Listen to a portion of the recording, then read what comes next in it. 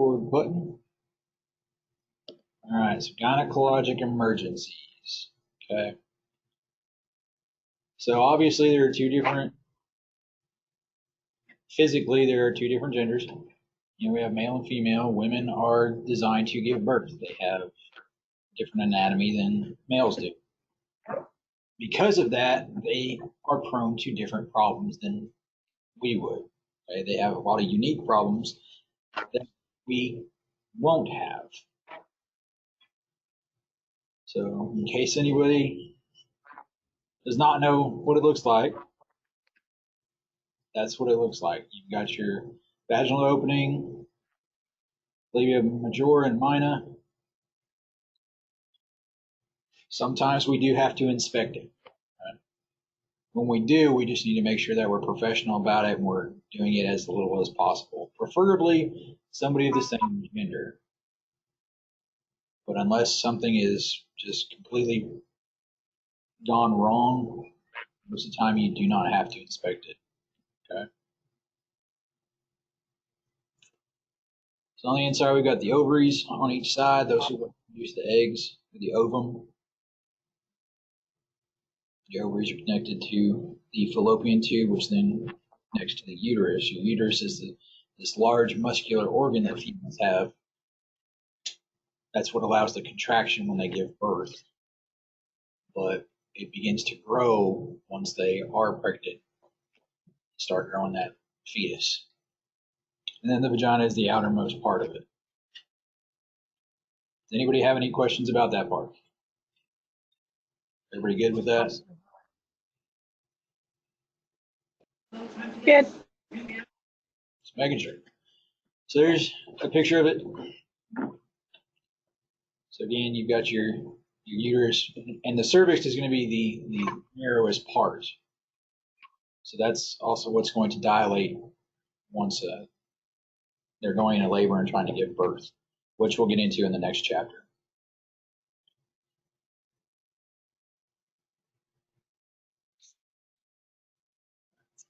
So once females start going through puberty, they start going through ovulation, menstruation.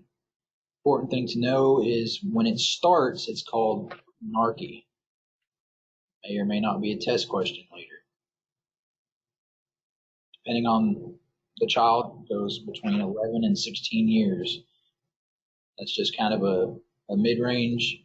They can be younger than that. Sometimes they can be older than that. It just depends on that person, their environment.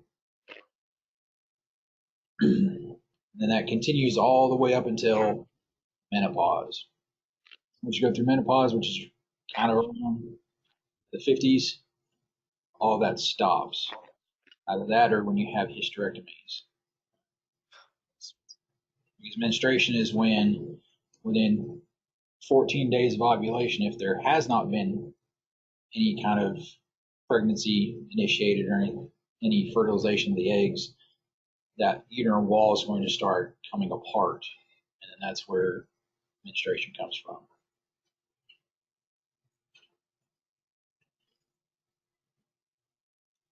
We all know how fertilization process works. And sperm products deposited through the cervix to the uterus. Then it moves up the fallopian tubes. It makes it all the way in there to an egg, fertilizes it. Pretty cut and dry. Again, if it doesn't happen within 14 days, that lining starts separating.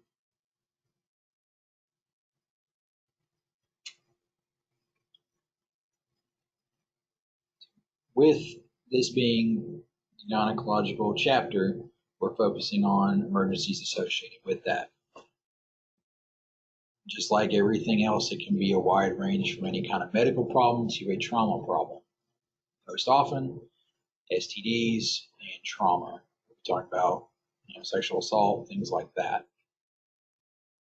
So just be aware that anytime you run into some type of emergency like this, it could be multiple different things, and we need to remain professional. So pelvic inflammatory disease, PID. Easy way to probably remember that is the way our old medical director used to call it, plus and dare. That's literally how he would remember this. A lot of times it's just from an infection, either the uterus, ovaries, fallopian tubes, and one of those will get infected. Almost always with sexually active females. Having this does run the risk of having either ectopic pregnancies or sterility. So whenever they have that abdominal pain, anytime it's a female of childbearing age, I always assume it's going to be an ectopic pregnancy until proven otherwise. Most of the time, this is the only kind of symptom they'll have is that lower abdominal pain.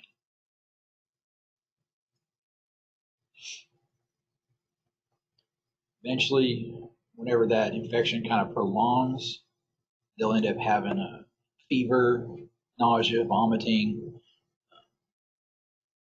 They may have some discharge with it. It may not smell too pleasant. So all those kind of clue you into this is probably going to be an infection.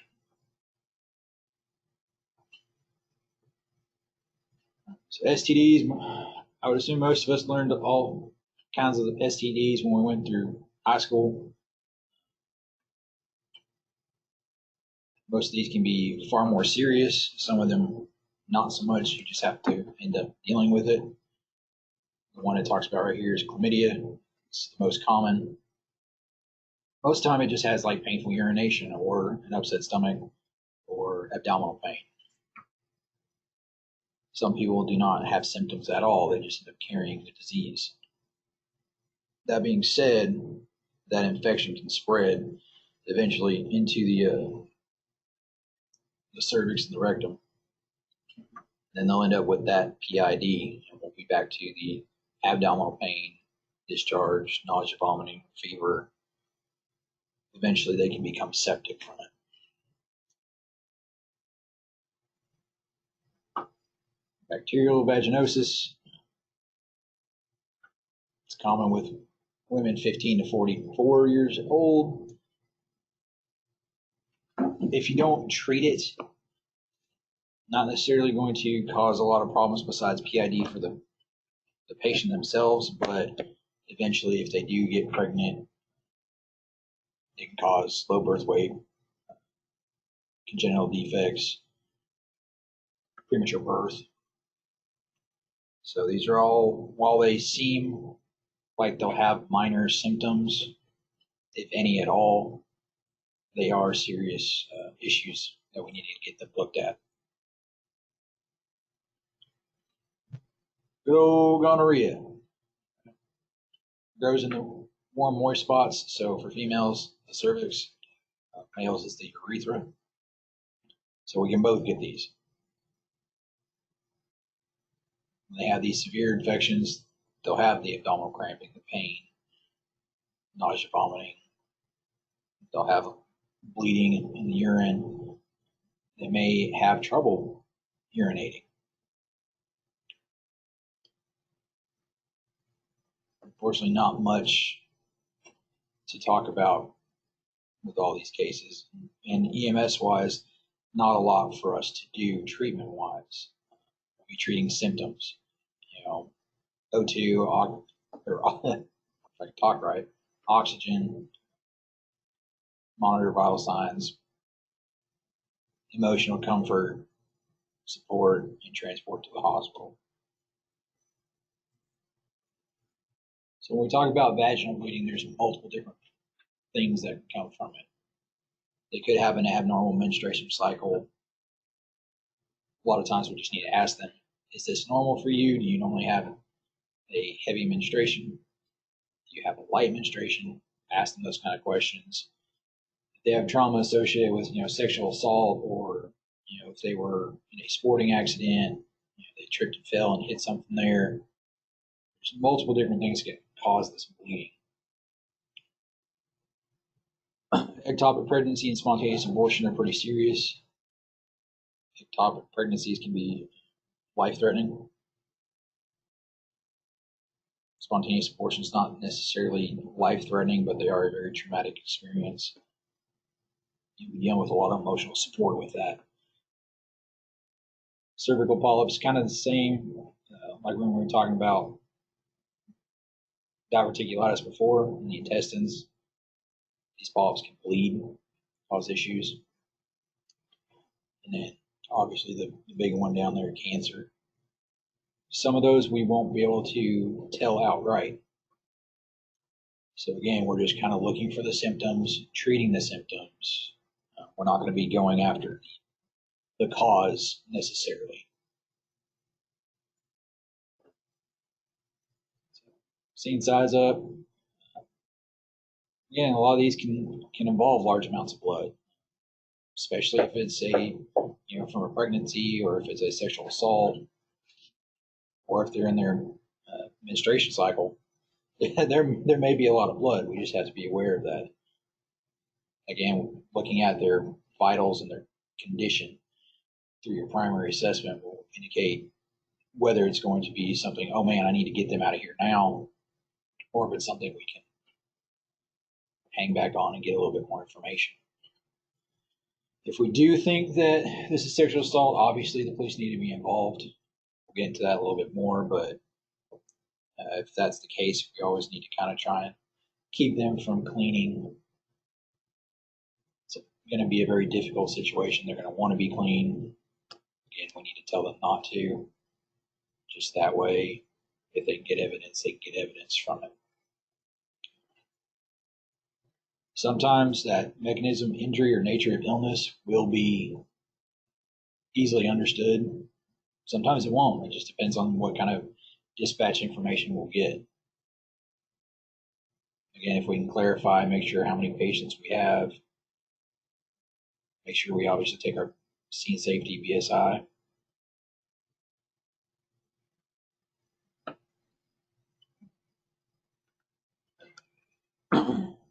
Primary assessment, again, that general impressions when we're walking up to the patient. Do we see anything that we need to take care of immediately? Most of the time that involves airway, breathing, circulation. Pulse, skin color, temperature, all those things we should be able to either see or learn fairly quickly. The downside to this is, depending on their situation, we may not be able to see all that blood loss, especially if they have clothes on. It may have bled through a little bit, but there may be infinitely more on the inside of their clothes. Especially if they're wearing pads or anything like that, it can hide how much blood they've truly lost. Thankfully, most of them are not life-threatening. We can kind of slow down a little bit, get more information, treat them, get their vitals, and then we can leave and transport. We don't have to just rush in, throw them on the stretcher and go. We have a little bit of time to do a little bit of patient care and talking to these folks. So when we're talking to these patients, again, like I said before, some of these questions are probably going to be taken a little personal. You don't just come out right and say, hey, are you sexually active? No, there's a right way and a wrong way to say things. Preferably not in front of a bunch of people. Ideally, if your partner or you have another person there that is the same sex, great. Go ahead and move them into a room, not necessarily alone, but where other people can't hear, and let them ask those questions. When was your last cycle? Are you currently on your cycle? Could you be pregnant? Are you sexually active? Those kinds of questions that, most people normally don't want to answer in front of everybody. And that goes especially for younger kids, those 16, 17-year-olds that were running on with this. They may not want to answer those questions in front of their parents. Just be aware of things like that. If they're having that abdominal pain, again, just the same thing we've been doing, the OPQRST, ask them how long it's been going on, where's it at, what kind of pain is it, does it hurt worse when they do anything, does anything make it better, does it go anywhere else, if they've eaten anything. Ask all those questions. Again, we're trying to get as much information as we can, Not necessarily so that we can say, aha, we figured out the problem, it's a done deal.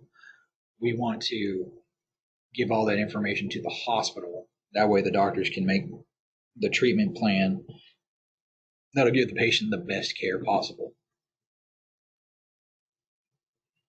Again, same thing with vaginal bleeding. We're going to ask how long it's been going on. Okay, when did it start? Were you doing anything in particular? Quantity wise, we need to know how many, if they've used pads or if they've used towels, how many of them are soaked through. That gives us a good indication of the amount of blood they've lost. Remember, we talked about it before, about 1,500 to 2,000, and we're starting to dip into that shock state. They'll start getting real lightheaded, lowered blood pressure, possibly altered, pale. So always good information to find out. Birth control pills, devices, always stuff that's important.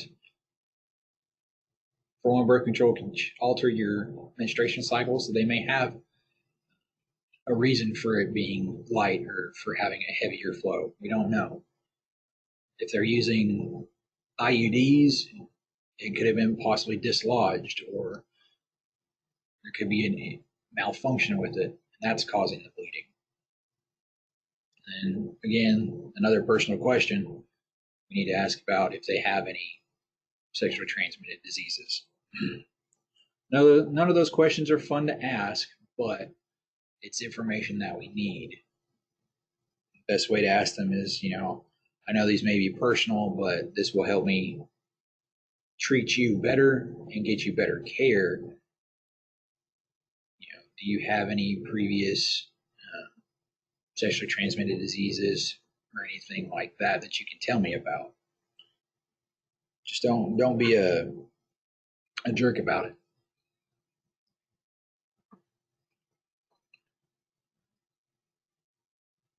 In your secondary assessment, like we've said plenty of times before, usually ends up being a focused one, especially with these kind of emergencies, because we already know where the problem is.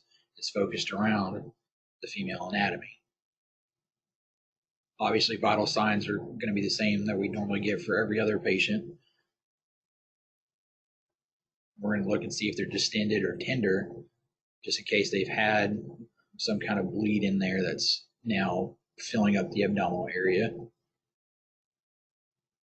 again, the genitourinary system we know is the genital system. We're looking for that visible bleeding, whether or not they've used sanitation pads to stop it, or if that's normal bleeding for them at this time. Mental status, we're always checking mental status. Most of the time when we talk to these folks, we automatically know, okay, they're alert enough to talk to me and answer questions. So a lot of this may seem kind of like we're beating a dead horse, but most of this stuff we're going to be collecting at the same time with just a few different questions. Like we said, physical exams, again, professional. Do not examine the genitalia, unless you absolutely have to. We don't need any kind of legal problems. Less is better. If we can avoid it, great. But if it's a significant enough trauma or mechanism of injury, don't let that hinder you from taking a look and making sure you know what the problem is. Again, we're using those pads to control bleeding if there is bleeding. Don't shove anything in there. We're only worried about the opening. We're not gonna this isn't a stop the bleed where we're packing the wound or anything like that.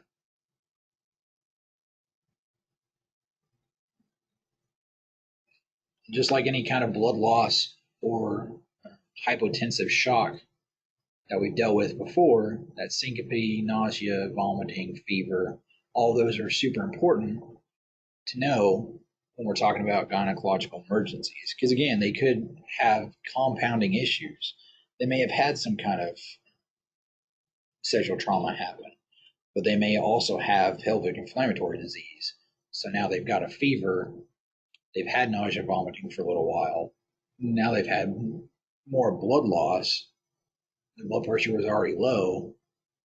Now they're passing out on you. So again, that history taking is going to be extremely helpful.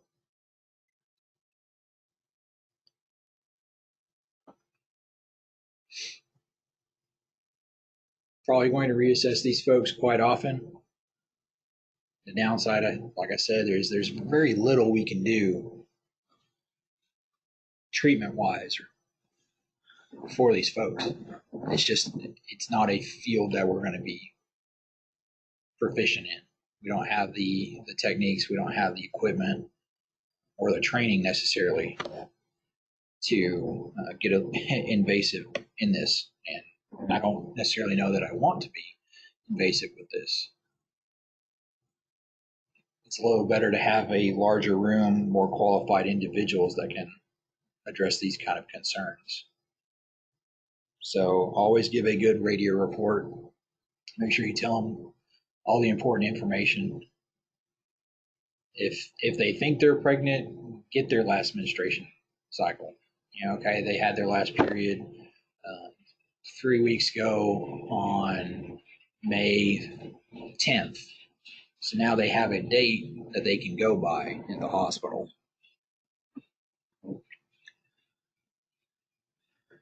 So maintaining privacy, that's always important. Obviously, we're not going to keep the doors open and just let everybody have a show. We're going to kind of keep things closed. If we need to dim the lights, we can. Don't turn them off.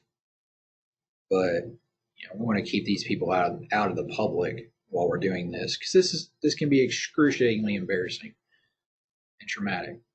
We don't want to add insult to injury. Definitely document anything that we do to these patients, as well as how much we use, especially with those pads, because certain ones can absorb a certain amount. If we say, well, we used 3 or 4 of the heavy duty pads, that abdominal dressing pads that we have in the truck, that's a significant amount of blood. That patient's probably going to be in shock.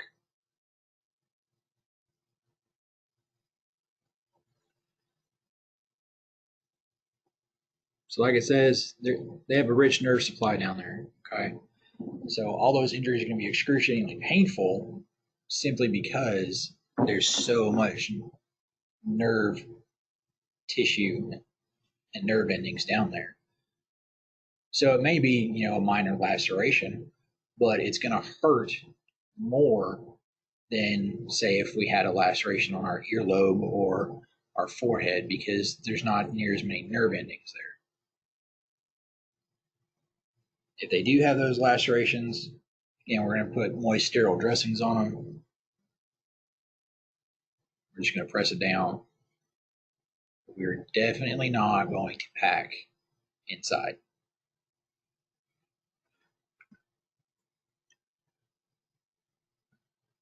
Does all that make sense so far? Should be fairly cut and dry. Yep.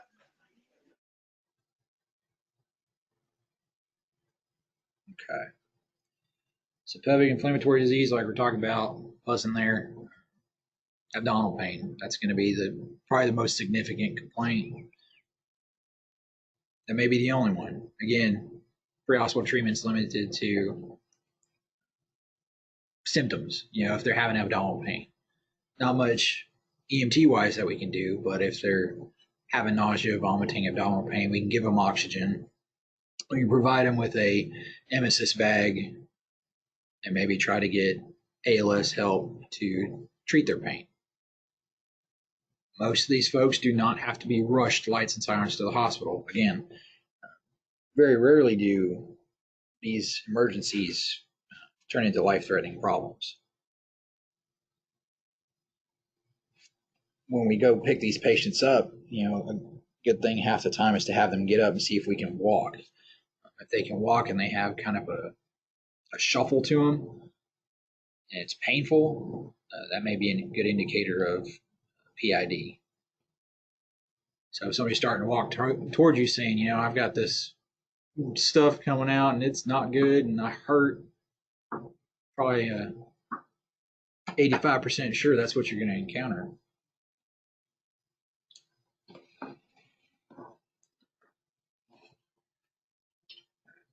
So, sexual assault, unfortunately, that is all too common. We do get called out for those a lot. We do have multiple problems with this. There's a lot of conditions and stipulations that we need to be aware of and how we handle this. Because realistically, we may be the first people on scene. They may have called for PD, but they've also called for EMS. So if we get there first, again, this is probably one of the worst experiences they've ever gone through, if not the worst. We have to be professional. We have to be sensitive to this stuff. We can't just walk in there asking questions. Hey, what's going on with you? Why are you hurting? How long does this happen? They're going to shut down. They've just been humiliated and violated. So be kind about it. Sit there and get on eye level with them and say, hey, I'm here to help you. What can I do? There may not be necessarily anything you can do, but listen to them. Be that shoulder they need. At the same time, look around your scene. Again, scene size up, scene safety. See if there's anything out of the ordinary. Somebody may have used drugs or alcohol to take advantage of this person. Again, ideally, if we can, we need to have a female EMT treat this patient.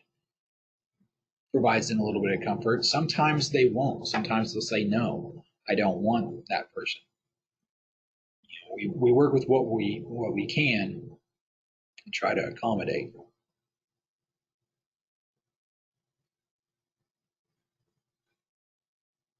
So, during this stuff, your mind's probably going to be going all over the place. Like, man, this is awful. How can somebody do this? You just have to remember that our job right then is to take care of that patient, not necessarily to, solve who did it or get them, but we need to first and foremost take care of the patient, address their any life threats, any injuries, any pain, try to comfort them, and then if we can, keep anything intact. Like I said, a lot of times these girls will want to shower, they'll want to go to the bathroom, they want to rinse their mouth out, all this stuff that could destroy evidence, that could help them in the end catch the guy that did this. Or catch the female that did this. It goes both ways. But take a good history. Get as much as you can from them while being respectful. We do need to know how long this went on for. What they were doing beforehand. Did they drink anything? Did they eat anything? Some of it may be a trigger for them. Some of it they may not want to talk about. Just take what you can get. So there's a couple principles for you. Ideally, it would be good to get these patients to a facility that has what's called a SANE nurse. It should be I believe it's called a sexual assault nurse examiner. They're very good at handling these types of patients. I believe in both hospitals have one on shift at all times. I'd have to confirm it, but there's quite a few out here in our area. So just be aware when you call this report in, yes, their chief complaint is abdominal pain, but it's abdominal pain due to sexual assault. Always include that. That way we're letting the hospital know exactly what's going on. All right, now it's time for the review. What's the nearest portion of the uterus?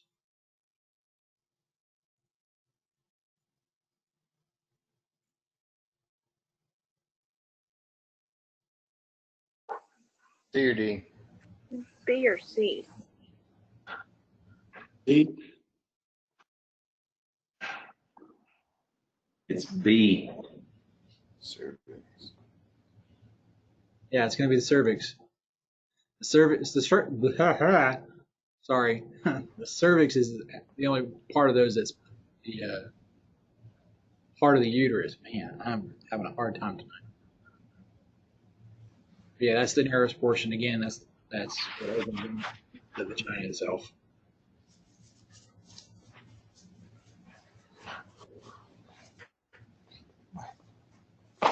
The fallopian tubes are just kind of the transport road for the eggs from the ovary. They're not part of the cervix. They connect to it. And again, the ovaries are that's the egg department. It is the outermost cavity of a woman's reproductive system. C. C. Say if any of y'all get this wrong. C.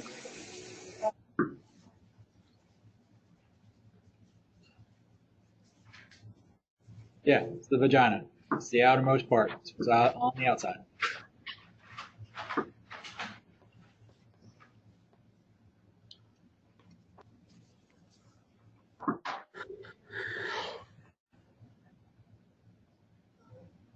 Fertilization has not occurred within how many days following ovulation the lining starts to separate? Menstruation occurs. A. D. D.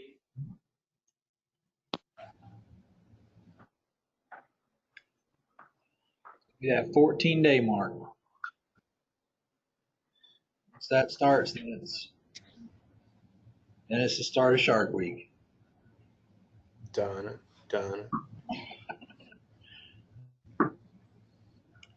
Right. So the onset of menstruation is called what? B. D. Say B.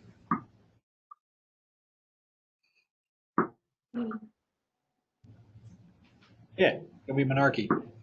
Remember, menarche usually occurs between 11 and 16. That's not a definitive, but it's a pretty good ballpark.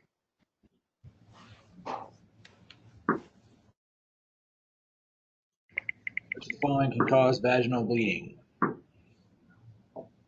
All of the above. D. All of the above. D. Yeah, all of that. Just like we talked about.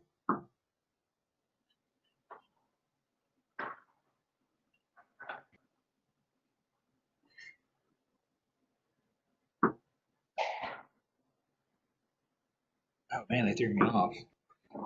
The rationale's not read this time. That's really disturbing. I'm not used to that.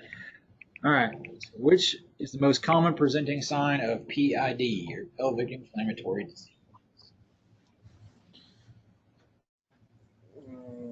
Discharge. D. C. B. C.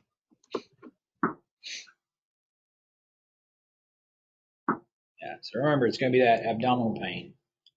Most common sign, if any, that you'll get. If you have not encountered PID before, it's an experience when you have the discharge. That's all I will say.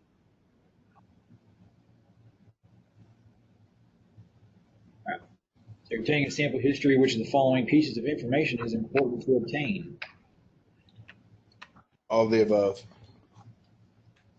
All of them. It's all important, John. Yeah. We want to get all that stuff. We want to know if they're using birth control or if they have a device. And that may lead to why that amount of bleeding is happening. The date that they last had their menstruation. Are they currently on it? Or if they're not, are they possibly pregnant? All good stuff to know.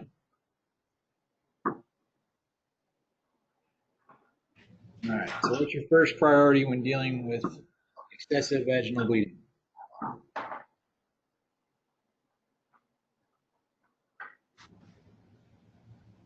A. B, D,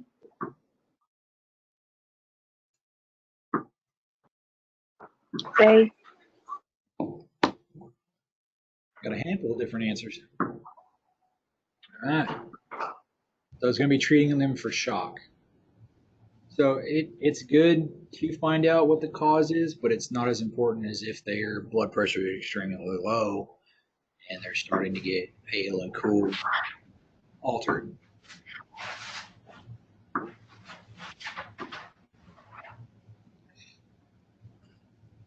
Do we want to know if they've been sexually assaulted? Well, yes, but again, at the same time, it does not override the fact that this patient may be going into shock.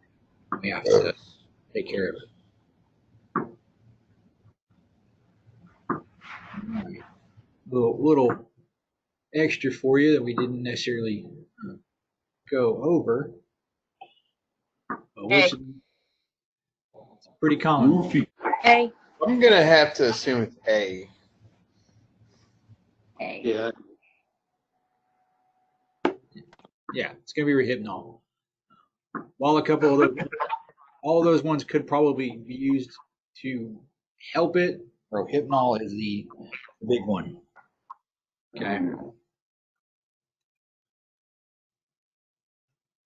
Mainly because of the depression of the central nervous system. It knocks them, causes them to be altered. You know, control themselves, easily taken advantage of with it. So you should discourage your rape or sexual assault victim from doing which of the following? All of it. D, Keep the evidence. Yeah, we don't want them doing any of that because again, it might ruin whatever evidence they do have. Can we stop them from doing that? No, we can't. But we have to highly encourage them. Again, this is going to be an extremely uncomfortable situation, more so for them. We just have to try and explain to them why we don't want to clean themselves or to get that off of them. All right, look at that. We'll finish that one fairly quick. Let me pause this so we can take. All right. The OB and neonatal care. So we just got done talking about gynecological emergencies. These kind of tie in together. The good thing is that most of the time we won't have to worry about delivering babies. Sometimes, though, the gods are not in favor of us, and we do have to deliver babies. Main thing to decide then is if we're going to actually do it on scene or if we're going to go ahead and try and get to the hospital before the show is over. Personally, I would prefer to deliver at the house. There's a lot more room, and this can get to be a very messy procedure. Trying to do it in the back of an ambulance is not fun. So, whenever you get the option, as long as it's a normal delivery, do it on scene. There are some that won't be, which we'll get into those here in a little bit. But all those have different types of treatment plans, for lack of a better word. With anatomy again, like we talked about just last lecture, we have the ovaries, which are your egg departments. They're gonna create that egg. Ovulation. It's usually 2 weeks before menstruation. Comes down, fallopian tube, possibly gets fertilized. If not, again, 14 days later, the cervix will shed its lining. The fallopian tubes are your transport highway. That's where the sperm meets the egg. This is also, again, where we can have that ectopic pregnancy. A very dangerous, possibly life-threatening issue. Good old uterus, like we said, it's a muscular organ. It grows with when the fetus grows, it starts growing out. It also contracts during labor to get that fetus out of the body. And the birth canal is the lower third. Like we said, the cervix is that the narrowest portion of the uterus. A little bit better picture of everything there. So during deliveries, sometimes you have a tendency for the mom to bleed more often than she should. She may have some severe hemorrhage. One thing you can do is, where it's talking about the fundus up there, you can actually massage that upper portion of the belly to kind of stimulate it to contract, which will help stop bleeding. So if you're on clinicals and happen to, depending on your perspective, be unlucky or lucky to deliver an infant, then if your crew asked you, hey, do a fundal massage, at least you'll know that's where you're looking at doing that. All right, we know what the vagina is. It's the outer part of it. Lowest part of the birth canal. That's how they come out most of the time. Breast produce milk through ducts to the nipples. That's how newborns get their sustenance. Again, like the fundal massage, if we're on scene and we deliver and we're having that postpartum hemorrhage, we can actually have the mom nurse, which will help stimulate those contractions. A couple different options for controlling bleeding with that. Placenta is it's the disc-shaped organ. It attaches to the uterine wall. That's what provides that fetus the nourishment from the mom through the bloodstream. With that, placenta can cause a lot of problems. It could be slid down and block the cervix, placenta previa. It could be placenta abruptio, which is where the placenta actually is torn off the uterine wall. That causes life-threatening bleeding. So if you have a patient that has extreme abdominal pain, is in the late stages of pregnancy, and has severe hemorrhage, that may be one thing to consider. At the same time, depending on where that fetus is, they can still have that placenta rupture off the wall, but the fetus itself blocks any of that blood from coming out. So that goes back to our assessment, history taking, vital signs, looking at the entire picture to see what may be the problem.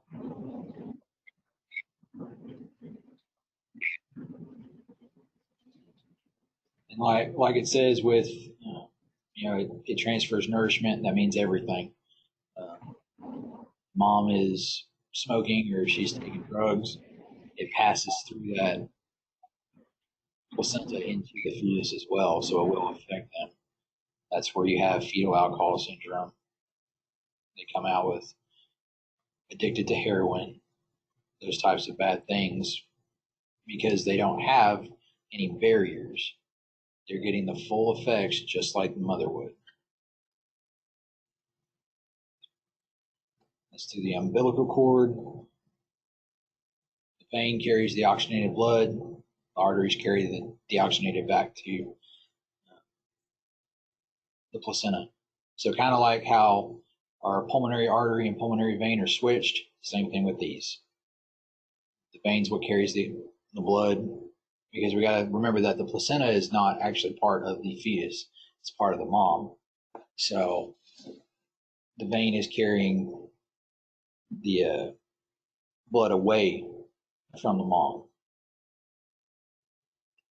Maybe a little confusing, but just remember it's a lot like the the pulmonary arteries and veins, and that the oxygen and deoxygenated blood are switched. So we know the amniotic sac is what that fetus sits in, helps protect it, keeps friction down, keeps them warm, safe.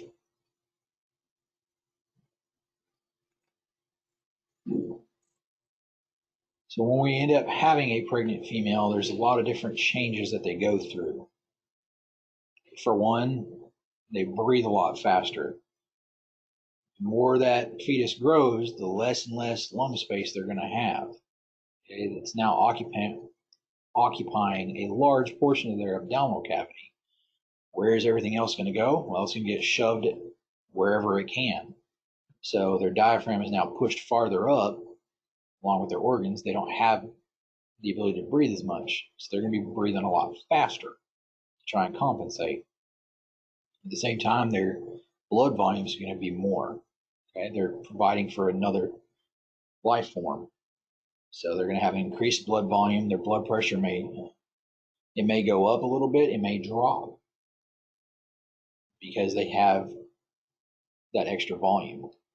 It'll depend on how healthy they've been, their weight, their size, musculoskeletal changes. Eventually their hips are going to start widening out to prepare for birth. They're going to have a lot of back pain.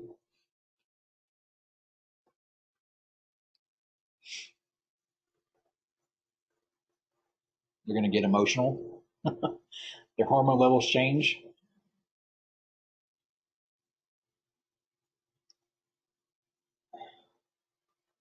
Trying to think of the best way to be nice about it.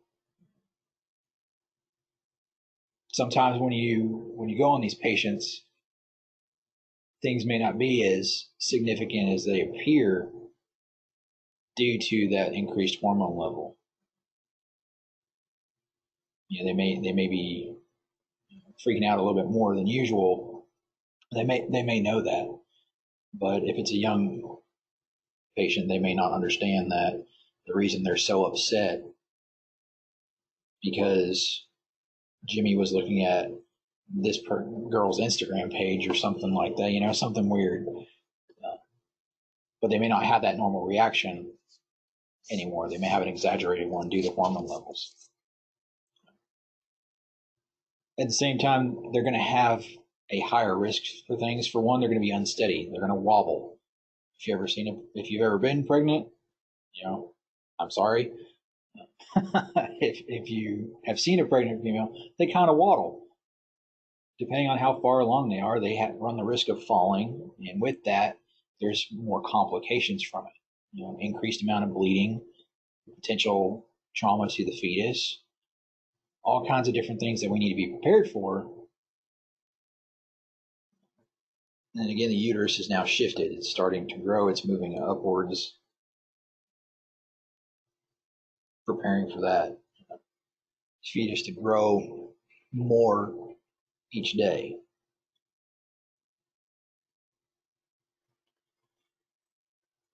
So second trimester is when everything starts really kicking off. They'll have that rapid growth. That's when they're really going to have that trouble breathing because now that's severely pushing on the diaphragm.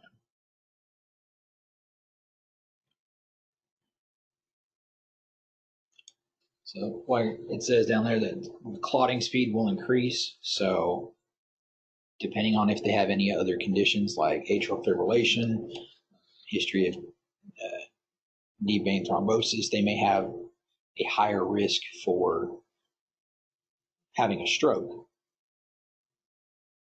Again, their cardiac output is going to be increased, so their blood pressure is probably going to go up as well. Things we need to be looking for.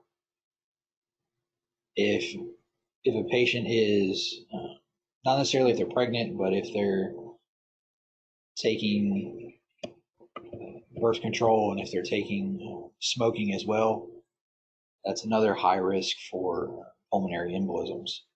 Just like being pregnant and having a clotting issue.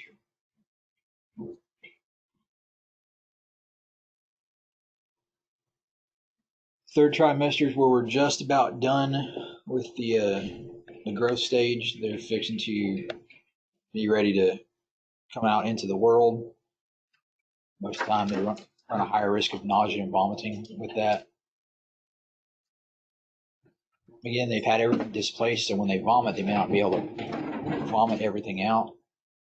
They may aspirate from it. The fetus is now just about fully formed, or not fully formed, is more full size, I guess is the word I'm looking for. So there's going to be a lot more workload on the mother's heart because, again, it's trying to pump for 2 people. It's trying to get all the nutrients and nourishment to that fetus still, but now that fetus is, roughly 8 pounds, 7 to 8 pounds. It's going to have to work that much harder. Despite what may upset some, weight gain is normal. Okay? Most females, when they become pregnant, gain weight.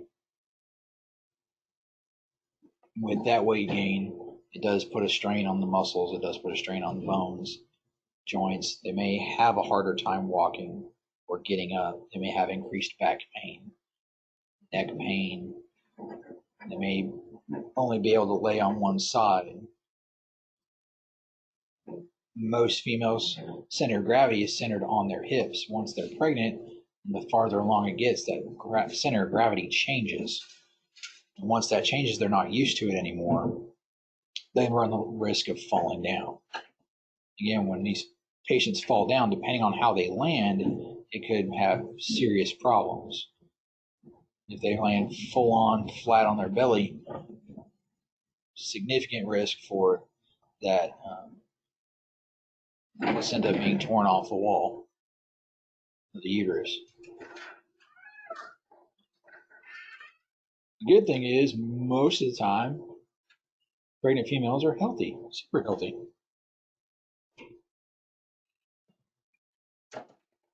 They do get morning sickness. That's not necessarily something bad, but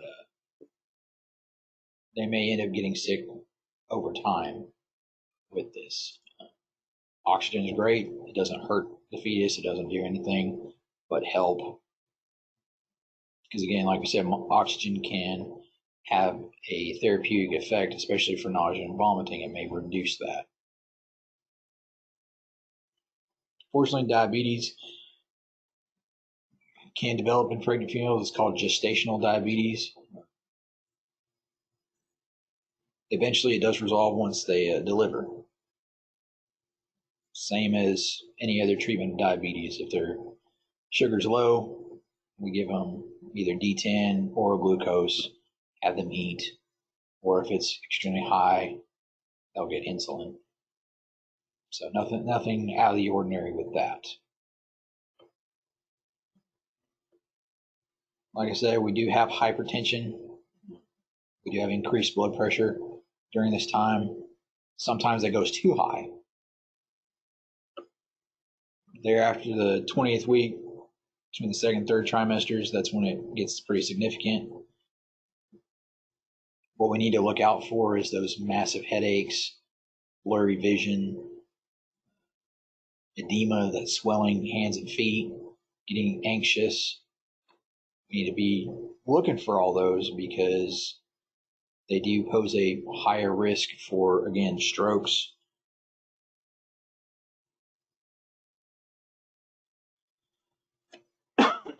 Excuse me. Or they have eclampsia. So eclampsia is seizures because of that hypertension. With this, there's not a lot EMT-wise that we can do for a seizure. We definitely want to protect them and try to keep them from hurting themselves, be prepared for airway compromise or for them to stop breathing. Or we want to lay them on their left side. So since we're talking about the left side, do y'all, way back in anatomy,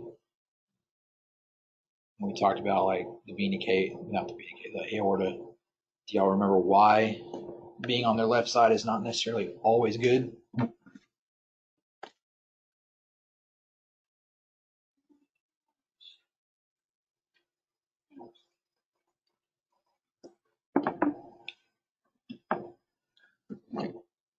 So when we lay them on their left side, normally that may compress down on the aorta, which lowers their blood pressure.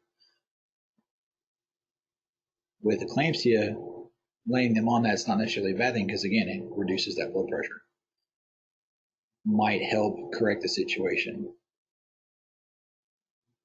We can maintain their airway again. Like we said, they may stop breathing. We need to be prepared for it. Suction if they throw up. These are the ones where we need help. We need to get ALS intervention in there. That way, if they don't stop, they can be prepared to intubate if they have to. Get IVs, get medication on board. Because we do have medications that can help stop those seizures for eclamptic patients.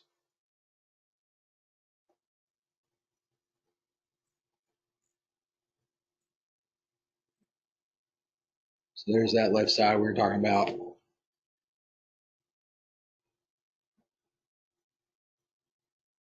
So when they lay flat is when it compresses it. Keeping them on the left is actually what prevents it. So I had them flip-flopped.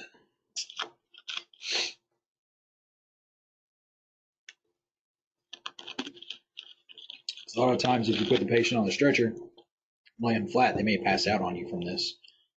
If they do that, then you just roll them to their side. So there's a little picture of an ectopic pregnancy. Again, it's that embryos outside of the uterus can cause quite a lot of bleeding.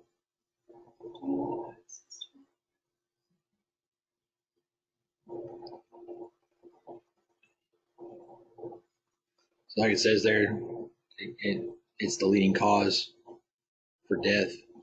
We can't see that. All we can go off of is that abdominal pain. So like I said beforehand, when any female of childbearing age has abdominal pain, we always need to consider that it's an ectopic pregnancy until proven otherwise, which it's only proven otherwise when we get to the hospital and they get looked at. Always err on the side of caution with these folks.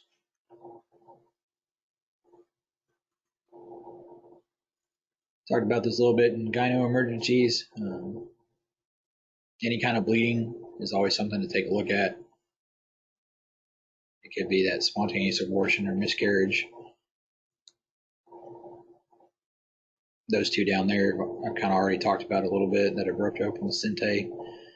It's where it's torn off the wall early. Again, that can cause significant amounts of bleeding. Most of the time, that's in the later stages of pregnancy. And then previa is just where it develops over the cervix and blocks it. Again, both of those can hide significant bleeding. So there's a couple pictures for you of it. Definitely makes it difficult for birth with previa.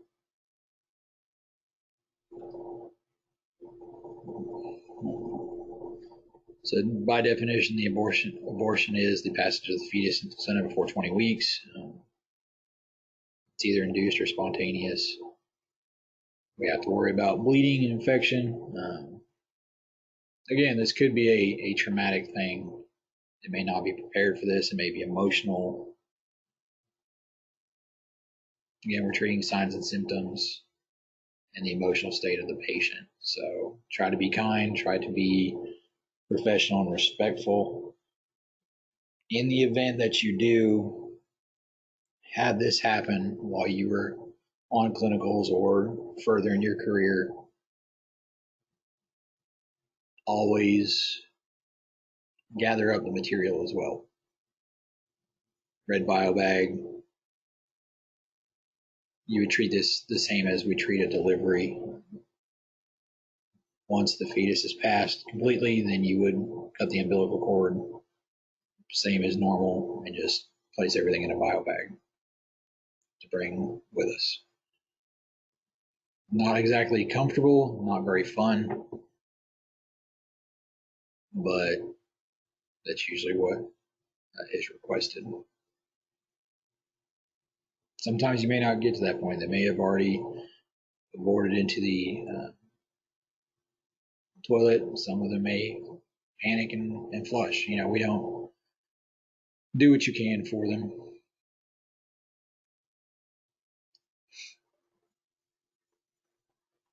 Unfortunately, they are just the same as every other female. They are victims of abuse. They can be. That being said, pregnancy poses a lot more complications because the more physical damage they sustain or have could trigger those abortions, early deliveries, or congenital defects, birth problems, low birth weight. So just be aware that, again, when we're talking to these patients, get that information, gather the history well. That way we can relay it to the hospital and to the doctors. That way they can be prepared that if they do have to deliver the fetus, they'll know ahead of time, okay, there may be something wrong due to earlier abuse.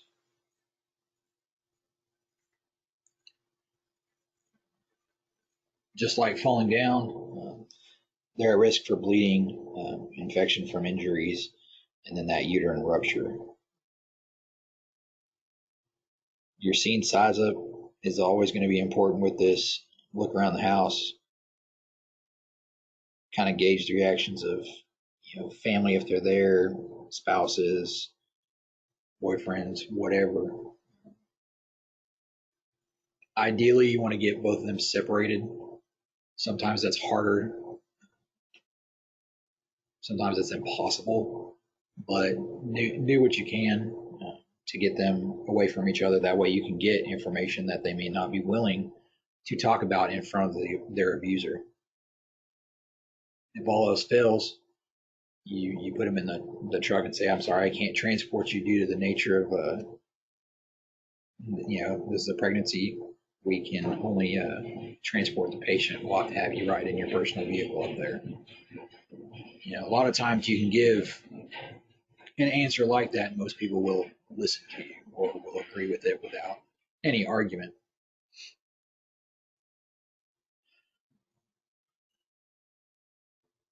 Unfortunately, a lot of times with abuse, so too comes substance abuse. Affects the fetus all kinds of ways, like we talked about earlier, fetal alcohol syndrome, heroin, all that stuff can affect them. So just be aware when we're taking that history. Obviously, don't sit there and give any outward signs that you do not approve, because again, if we sit there and we put off that kind of body language or tone of voice, they may withdraw their consent to be taken to the hospital, and now we've just caused a problem. So even though this stuff kind of sucks, just kind of keep it in the back of your head as a mental note. Okay, this is what they've been doing. This is the stuff I may be encountering pretty soon. That being said, just like when we talk about any other emergencies, be safe yourself. If we're called out for an assault or sexual assault or overdose related to this stuff, it doesn't mean that we're going to be fine. Just because they assaulted, a pregnant female doesn't mean they won't assault you. Unfortunately, a lot of times if they start labor and it's go time and we're fixing to deliver there, that newborn's going to need help, whether it's just oxygen or whether we're doing CPR and breathing for them all the way to the hospital. just be aware that with substance abuse, it becomes a bigger hill to climb when we talk about delivery newborns.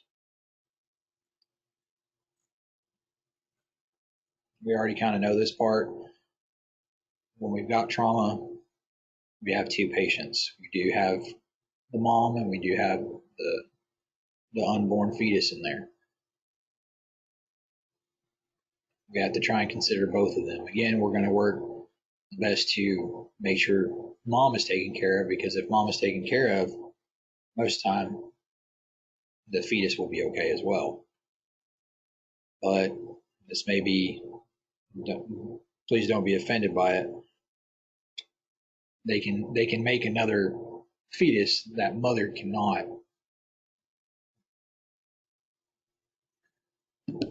Man, how am I trying to word this? I'm sure you guys understand what I'm trying to say, but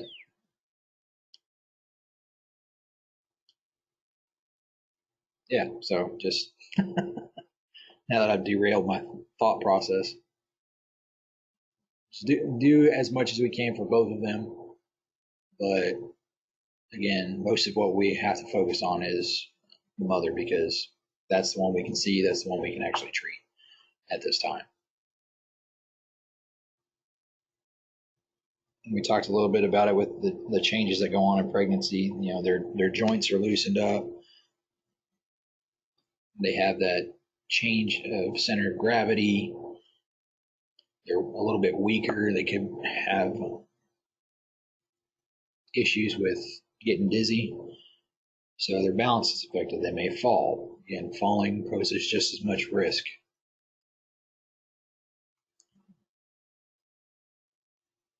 So like we said, their blood volume increases. Most, average female probably has, let's say, 5 liters of blood. Goes up anywhere from 1 to 2 liters when they become pregnant. At the same time, their heart rate jumps up because it's now pumping to accommodate for 2. So most of the time when we talk about shock and hypotension and problems, we always say the first indicator is increased heart rate. With pregnant females, that's not necessarily going to be the case. We may end up seeing a bunch of blood loss, or it may take quite a while before you start seeing that blood pressure change, because the heart rate will stay, up in the 120s, because it's normally like that now. So we kind of lose one of the indicators for early shock. While the uterus is a strong muscle, it is vulnerable. Hit with blunt objects, penetrating trauma, it's going to damage it and potentially kill the fetus, depending on what has happened. Lots of potential for extreme amounts of blood loss.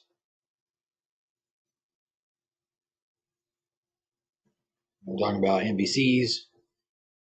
Number one thing is that abrupt open to. Okay, like we say, if they hit something hard enough, the sheer force from it can rip that placenta off the uterine wall. And again, you may not know it. The only thing you may get out of that patient is going to be abdominal pain.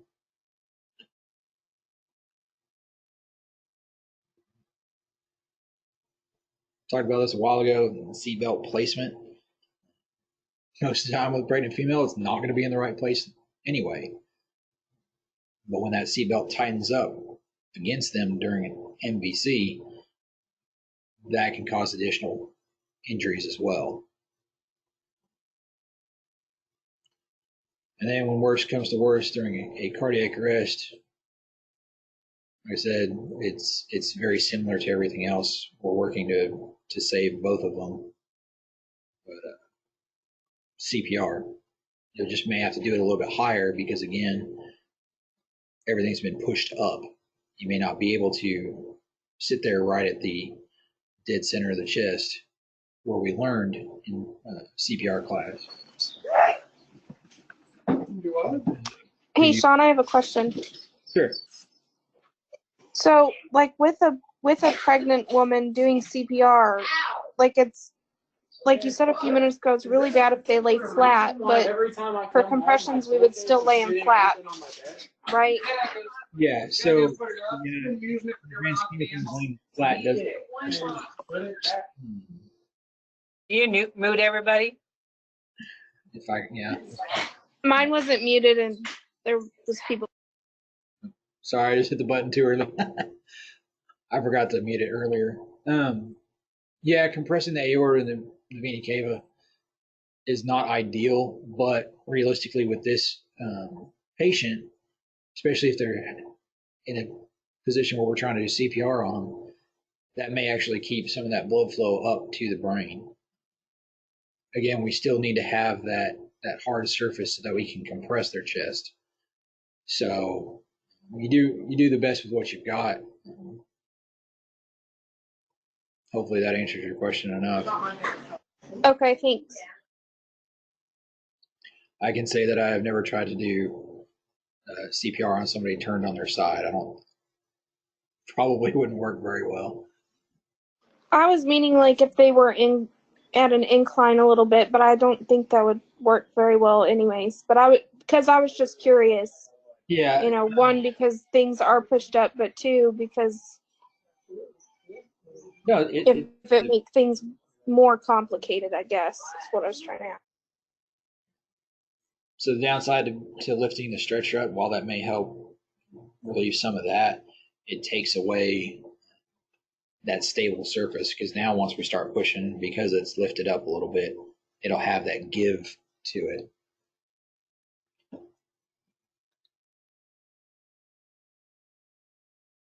Unfortunately, a lot of times once they go into cardiac arrest, it's incredibly hard.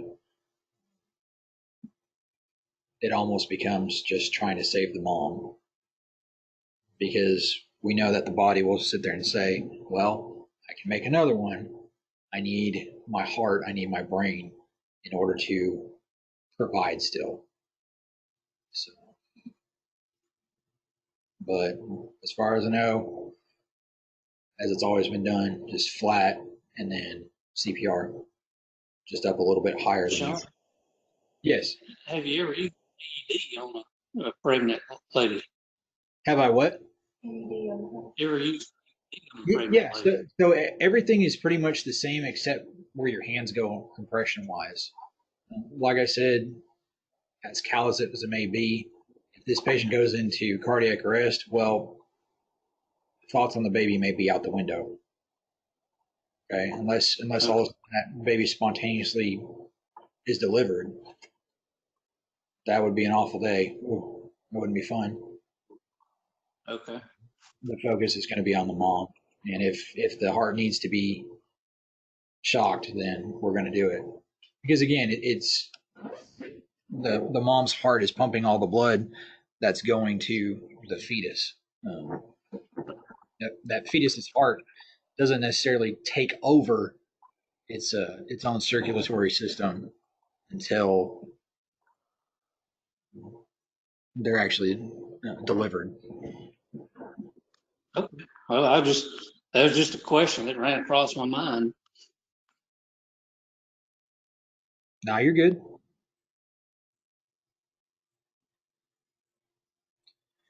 All right. My thing's not working again. Hang on. There we go. Okay. So like we just talked about with all that, again, our focus and assessment is going to be on the female. Again, managing ABCs, giving good high flow O2 when we need it, ventilations, circulation, then transporting on the left side so that we don't reduce their blood pressure. Again, most of this stuff is going to be just stabilization. We're not going to be doing anything super dramatic or hard. These are just special patients that don't come around all too often.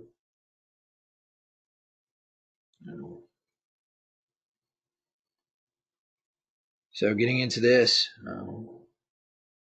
just be aware of the patient's, religious preferences, culture. Some of them will be dead set that they have to have, a water birth or something like that. Just we try to accommodate as best we can. We don't want to make these people mad. Just be aware that there may be some outside considerations for why they didn't do this particular thing or why they want this particular route for birth. Does it change our treatment? Not necessarily. It would just depend on what their culture allows. Some of them may not allow for a male to check that patient. So ideally, if we have a female with us, they'll be able to handle it. We don't want to cause issues. We don't want to start fights unnecessarily, agitate the patient where they don't want help.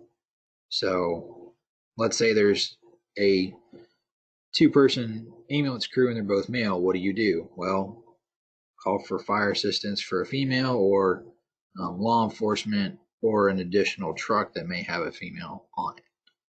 There's a couple different options for it. Teenage pregnancy. Good old United States is one of the highest. We're overachievers. Unfortunately, with kids, they may not know that they're pregnant. Sometimes they do things and then just assume that it's not going to happen to them. That, or they just may see that their stomach has gotten a little bit larger and assume that they've just put on weight. They may be in denial for it. Again, respect their privacy. Like I said before, some of these patients may not want to talk in front of their parents. That's okay. We need to separate them if we need to. But same thing as the other ones, anytime they have abdominal pain, always assume it's an ectopic pregnancy. Even if they're 15. As long as they've started having their menstrual cycle, they are fair game for ectopic pregnancies. They need to be sexually active, but some of them may not be honest with us when we talk about that.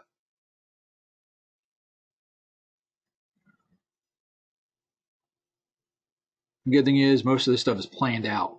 We may not ever, knock on wood, you guys, you may not ever encounter a time where you have to deliver an infant or a newborn.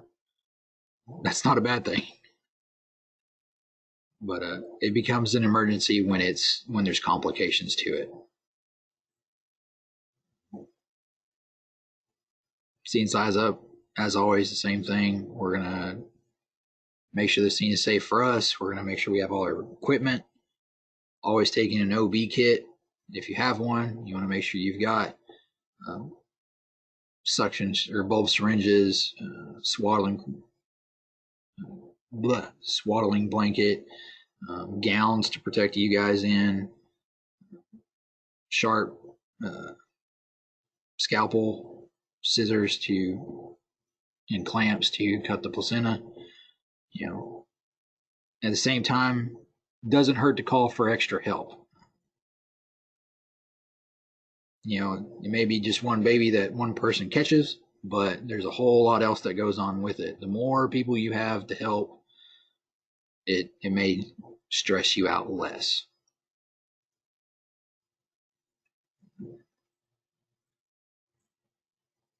Sometimes you'll see pregnant patients that may not necessarily be going into labor.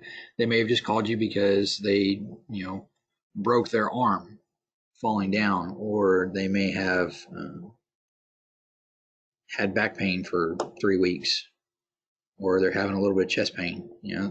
We need to make sure we determine what is the correct nature of illness or mechanism of injury. Just because you walk in and see that big old belly there does not mean that that is the reason we're there. So don't get any tunnel vision with it.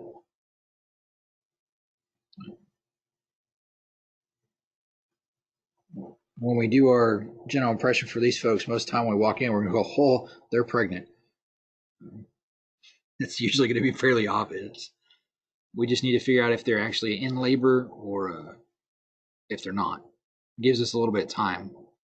Most of the time, if they're having their first pregnancy and they've just started labor, we've got time to spare.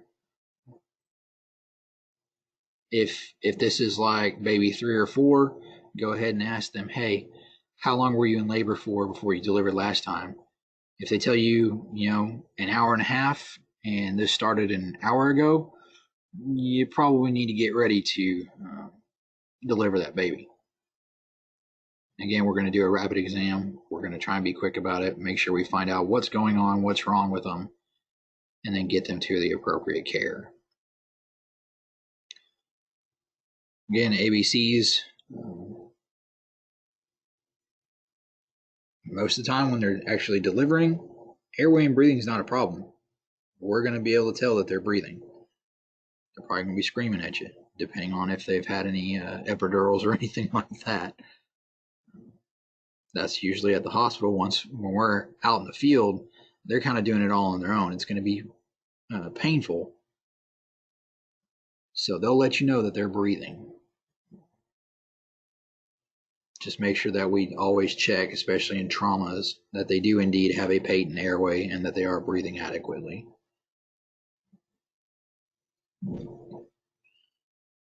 They are going to bleed. Don't be afraid of that. It's only when we get a significant amount of bleeding that we need to start kind of being cautious. Again, when we deliver, that fundal massage and allowing them to nurse will go a long way towards helping stop that bleeding. Again, I know I said this earlier. If they're telling you the baby's coming right now, you're not going to put them on the stretcher. You're going to go ahead and deliver on the scene. But if they tell you this is their first one and their contractions are, 8-9 minutes apart, you've probably got plenty of time to book it to the hospital. At the same time, we don't necessarily want to turn lights and sirens on in case we make them panic. We don't want to cause them any extra stress because that stress will be transferred onto the infant as well. But when we're talking about delivering, make sure we take these patients to a facility that is capable of delivering. Okay, make sure they have OB capability and ideally a NICU if we know there's complications. So when you guys are on clinicals and you're coming up on something like that, always ask your crews, hey, we end up delivering a baby, where are we going? And see which hospitals they tell you have the capability. Try and get their exact due date. They may know it, they may not. Best guess, say, hey, when was your last menstrual cycle, and base it off of that. If she's got any conditions she knows of, if the baby's going to have any conditions that they know of, they may have done testing already. Whether or not she had good prenatal care or if she's done anything at all. Always still try and get that medical history. That way we know what complications this patient is going to have and then what we may have to deal with once she ends up delivering.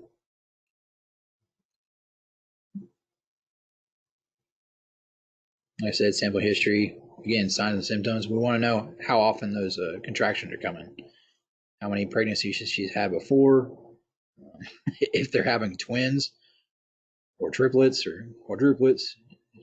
If you end up having a clinical where you get quadruplets, do not ever come get on a truck with me. I'll just kind of leave it at that.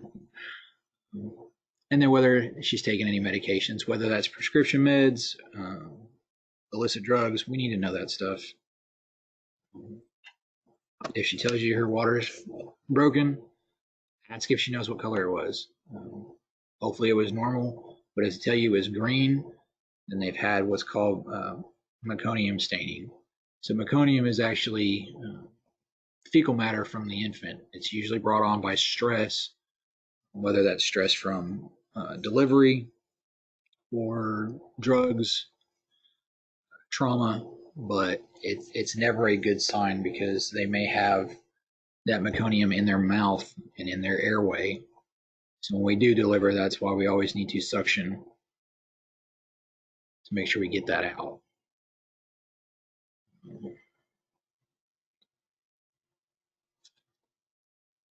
So exam, same kind of secondary assessment, like we said. It's emphasized on the chief complaint.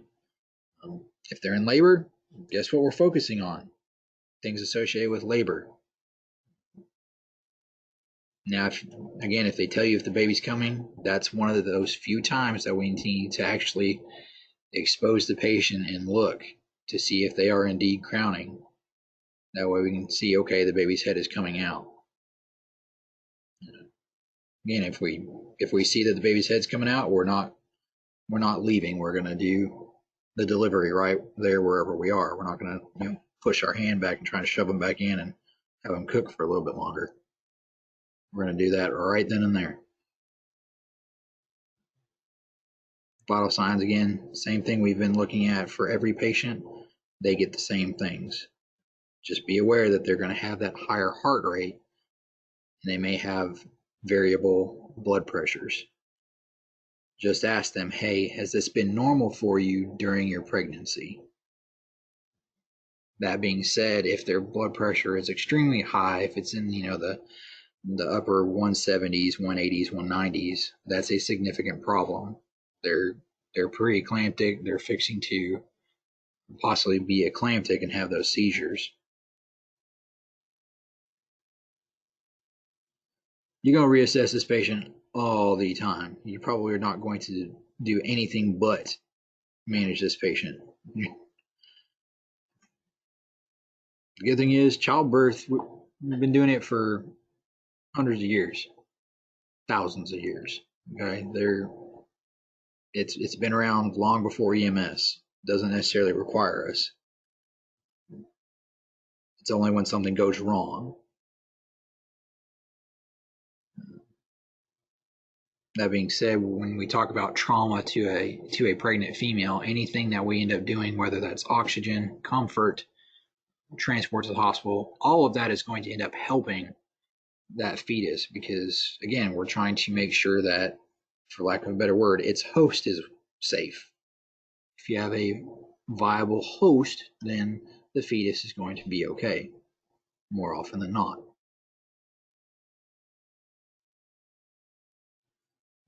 So when we're talking about communicating with the hospital, if we haven't delivered yet, letting them know how far apart the contractions are is incredibly important. In the event that we do deliver in the field or in the truck, we need to go ahead and let them know as soon as that happens. Say, hey, we now have 2 patients instead of just 1. That way they can be prepared for that when we get there. Always let them know if they're pregnant, even if that's not associated with their problem. They could have diarrhea for 3 days and that's what they're going in for, but they're also pregnant. Again, for you guys doing clinicals now, if you have a delivery in the field, congratulations, you now have 2 patients instead of 1.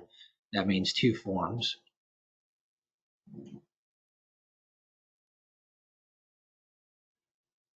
So here's a couple stages of labor. Like we said, the cervix, the cervix is the narrowest portion of the uterus. It's going to start dilating.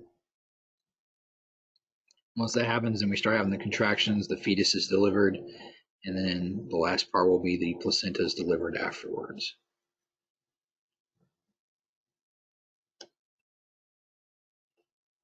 Once those contractions start, that's the longest portion of delivery.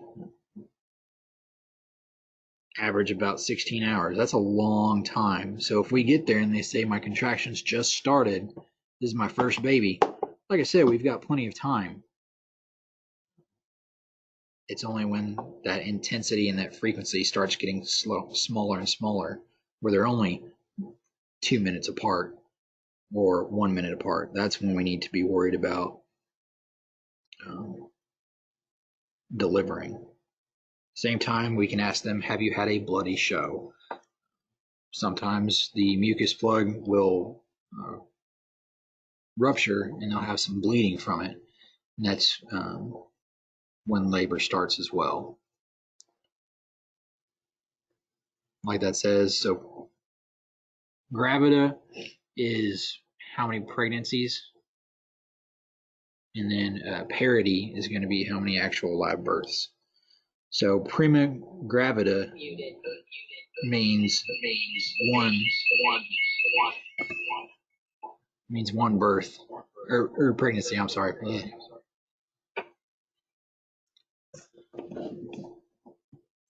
And then multigravida is more.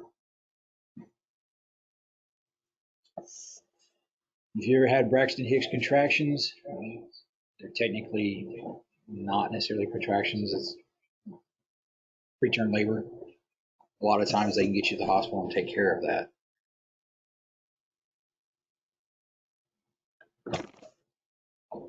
There have been times where the amniotic sac does rupture before they have had that full 9 months to develop the fetus. That becomes a bigger medical problem that they need to be evaluated for. There's not much we can do for that unless they're fixing to deliver. Hopefully not. So there's the differences between your true labor and your false labors. Most times, if you're having contractions, nothing is going to fix it. Nothing is going to make it better. So if this patient tells you, well, I've been having contractions, but when I lay down and put my leg up this way, I feel better and it stops. Well, you're not having contractions.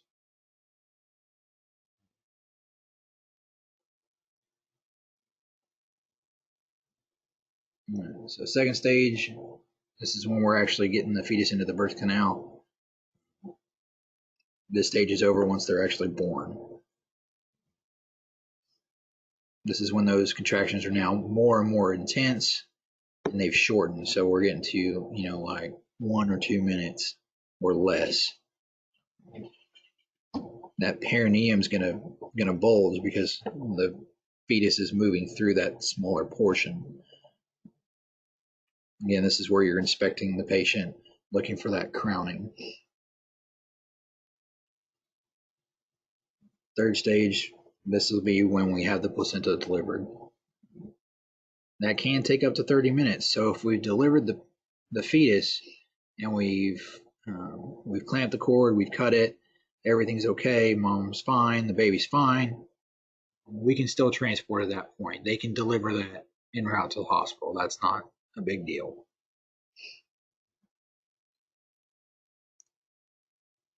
So like it says, preparing for it. If they tell you this is fixing to happen like right now, go ahead and wait. Or if some kind of extenuating circumstance, tornadoes, weather, ice on the roads, if it's impossible or it's hard to get to the hospital and everything is fairly normal, go ahead and deliver on scene. There's all those good, valuable sample questions to ask, OPQRST, all that. They're a little bit modified with pregnancy. It focuses on those. Is this your first baby? Are you having those contractions? How far apart? How long are they? When are you due? Is the baby coming? Those kind of questions will help you figure out, okay, it's showtime, or no, I can put you on the stretcher and I can get you there before this happens.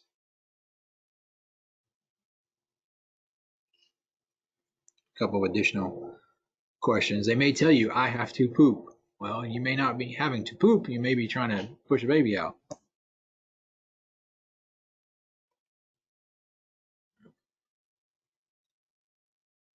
There's some history questions to ask about it. If they've had a C-section before, a lot of times that ends up complicating things. They may have to have another C-section. Asking about drugs, alcohol, prescription meds. Are you having twins? What does your OB say? Did he say this is going to be a normal delivery? Did he say this is going to be something difficult? All good questions to ask.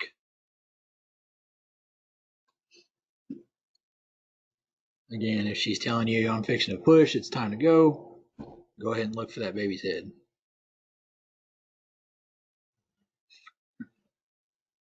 Once the show starts, it doesn't end until we have the baby. Do not close their legs and try to hold them together. Do not push the baby back up there. Don't let her go to the bathroom. She may end up delivering the baby into the toilet. We're not the showrunner at this point. If we're delivering that scene, the mom is the boss. She's doing all the work. We're just there to assist. We'll help turn the baby when the time comes. If we need to, we'll suction and all that, but they're pretty much in control.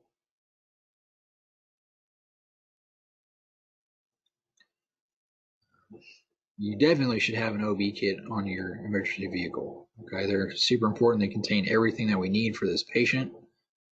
Every ambulance is stocked with at least one. I believe there's 2 on there.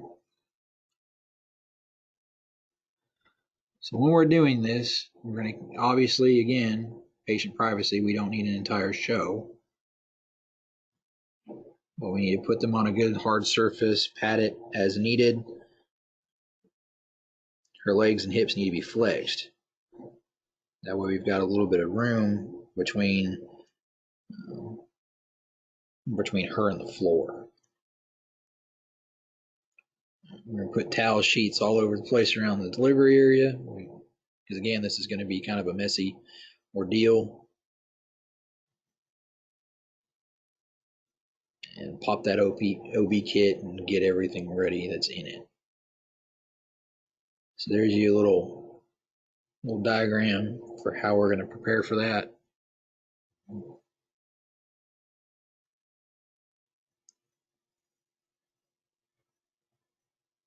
So again, delivering a baby is technically a one-man job, a one-person job.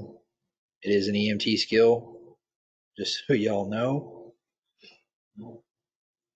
But your partner is going to be up with the patient, trying to keep them calm and help them. Again, we're constantly looking to make sure that the baby's not crowning.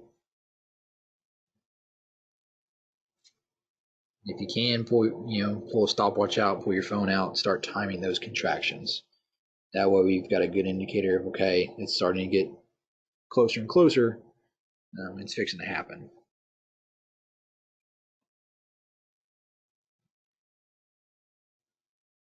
So once we are in the process of the head coming out, we obviously want to support it.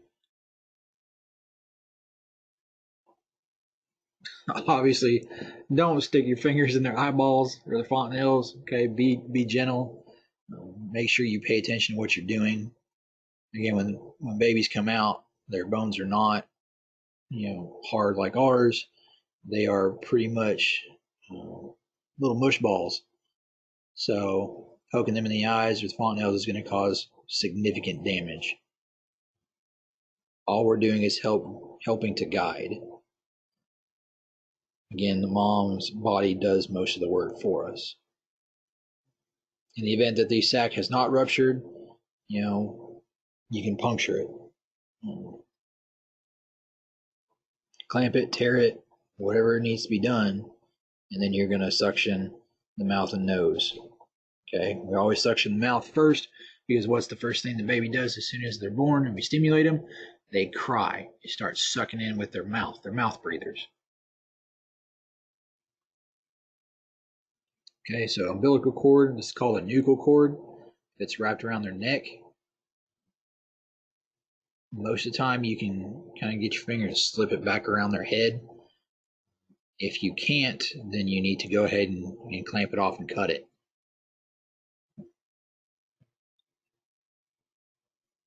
Once we get the head out, obviously the body comes next. It should be fairly easy. Again, we're going to take both our hands and support the head and upper body as they deliver. Don't tug on them. Okay, we're not trying to just pull them out. The body will again do it the way it's always naturally done it. So that vernix caseosa, it's going to be that kind of white, almost cheesy looking stuff. Lubrication to help get them through the birth canal. So despite what some television shows show, babies do not come out looking pretty. They come out looking ugly and gross.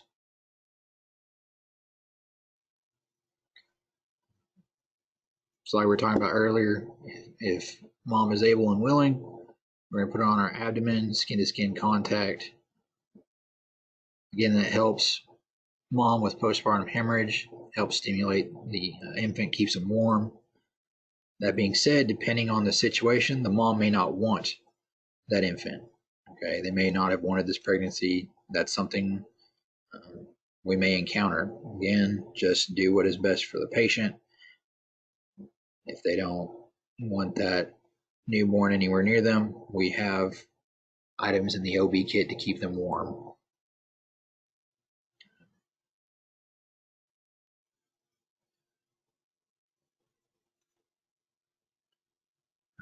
So once we are done with that, we're going to clamp and cut the cord. So APGAR scores, we need to get one within 1 minute. That's an assessment of how the patient looks.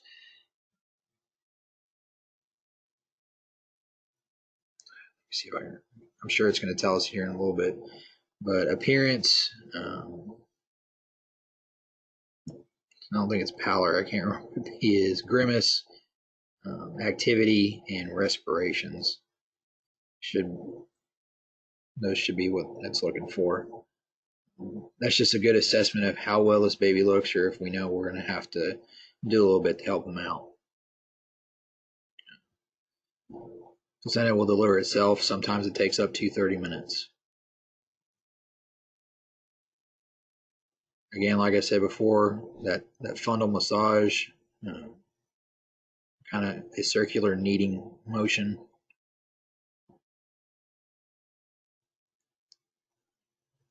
Always get the time of birth. Don't ever forget to write down the time of birth for the kid. Those are a couple different situations that become emergencies. Obviously, the placenta has not delivered within 30 minutes. Ideally, you should not have to worry about that. You should be hopefully already near the hospital. If there's more than 500 mils of bleeding before it delivers, or if there's a significant bleeding after, that could pose a risk that it tore off the uterine wall instead of just coming off as normal. So sometimes, unfortunately, some of these newborns come out and they need an extra hand. Okay. Most of the time, 15 to 30 seconds, once they're out, they'll start breathing on their own. Heart rate's going to be high at 120 or higher. If it's not, that's when we need to start doing something.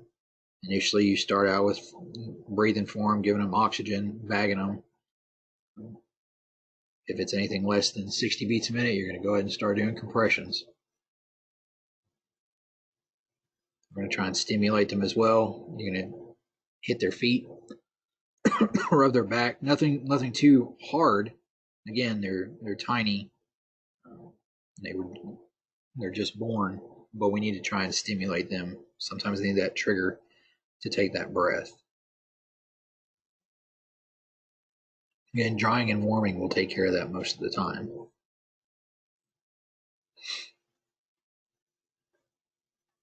So there's a couple things of what we're doing. Keeping them warm is going to be super important. They don't have any temperature regulation. They just came out of a nice warm environment and we're putting them out into a cold one. So again, like it says down there, if their heart rate is less than 60 after 30 seconds of ventilation, then we're going to go ahead and move to chest compressions.